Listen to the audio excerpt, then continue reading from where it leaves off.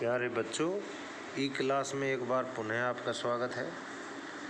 आज हम बीए द्वितीय वर्ष का जो द्वितीय प्रश्न पत्र है, यानी हमारा जो गद्य भाग है नाटक एवं एकांकी, उस प्रश्न पत्र को हम पढ़ने जा रहे हैं, जिसमें हमारे प्रसिद्ध नाटककार और एकांकीकार हुए हैं जगदीश चंद्र माथुर जी। उनके प्रसिद्ध नाटक कोणार्क को हम आगे पढ़ेंगे। उससे पहले हम उनके विषय में सामान्य उनके व्यक्तित्व एवं कृतित्व की जानकारी आज के वीडियो में आप तक पहुंचाएंगे, तो आप ध्यानपूर्वक सुनते रहें। मैं प्रोफेसर रामजीत यादव, सहायक आचार्य हिंदी, राजकीय महाविद्यालय तिजारा अलवर से।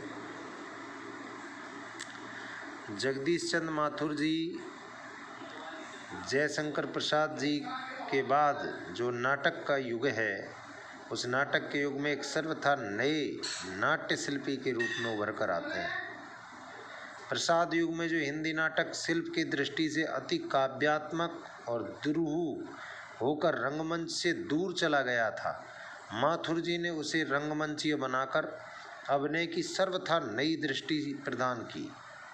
ये माथुर जी का हम पर, हिंदी साहित्य पर, हिंदी नाट्य जगत पर हमेशा उनका ऋण रहेगा कि उन्होंने एक नई दृष्टि और रंगमंच के अनुकूल नाटक को भाषा शैली और रंग निर्देश, ध्वनि, वेशभूषा आदि संबंधित जो है संकेत स्थान स्थान पर उन्होंने दिए हैं।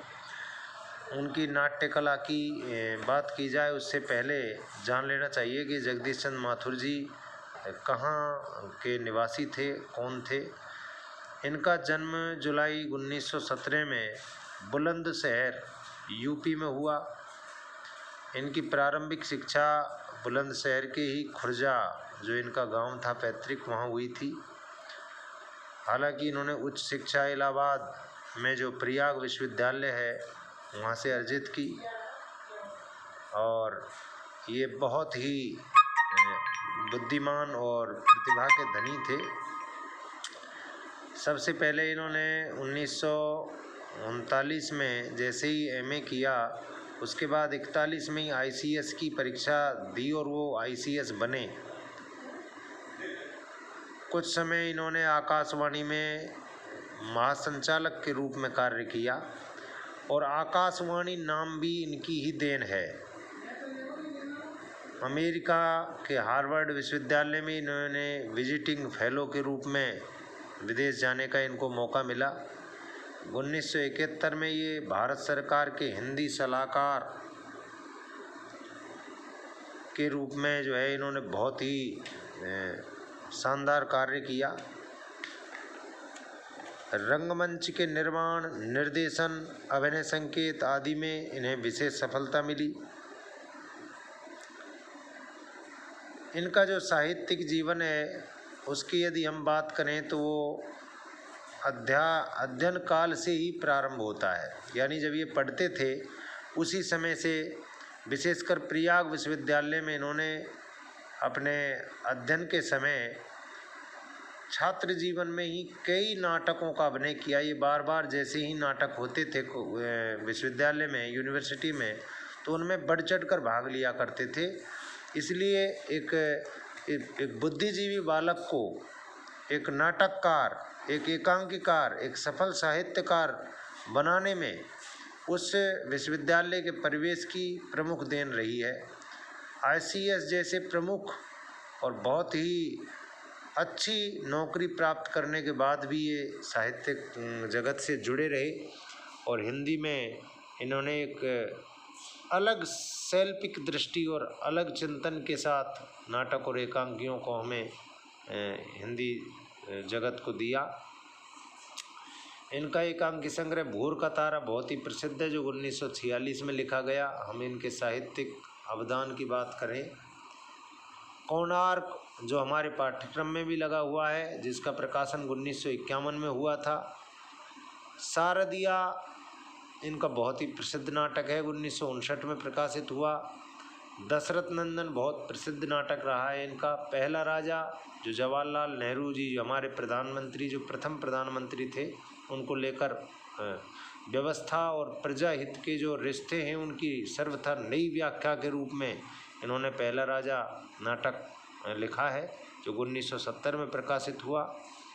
और मेरे सपने आदि कई इनके प्रसिद्ध नाटक रहे हैं। 10 तस्वीरें और जिन्होंने जीना जाना, 10 तस्वीरें बहुत शानदार अच्छे लोगों की जिनके संपर्क में ये रहे हैं उनके जीवनी हैं।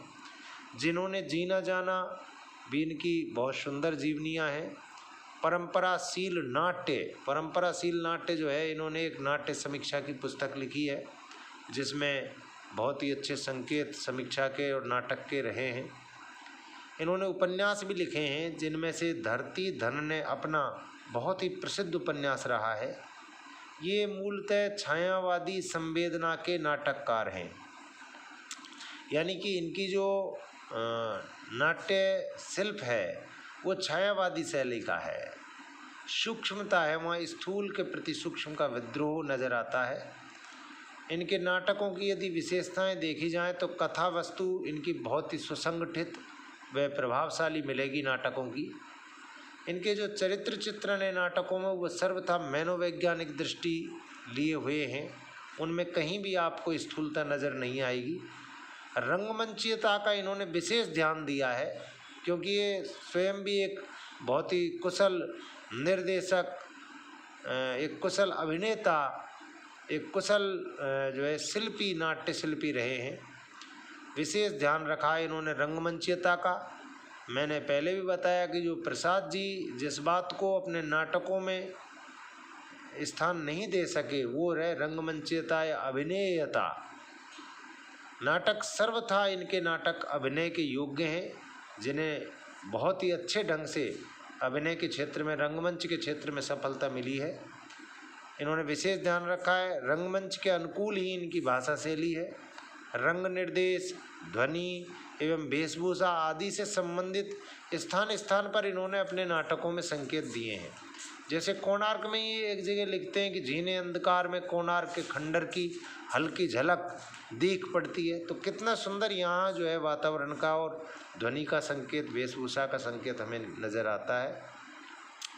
प्रसाद जी के नाटक जहाँ अति काव्यात्मकता और दुरूह भाषा शैली की वजह से रंगमंच से बहुत दूर चले गए थे, माथुर जी ने सहज सरल भाषा के माध्यम से और संवेदनात्मक स्तर से एक महनीय भाषा, एक लोक भाषा दे करके अपने नाटकों को सर्वथा एक नई दृष्टि दी है।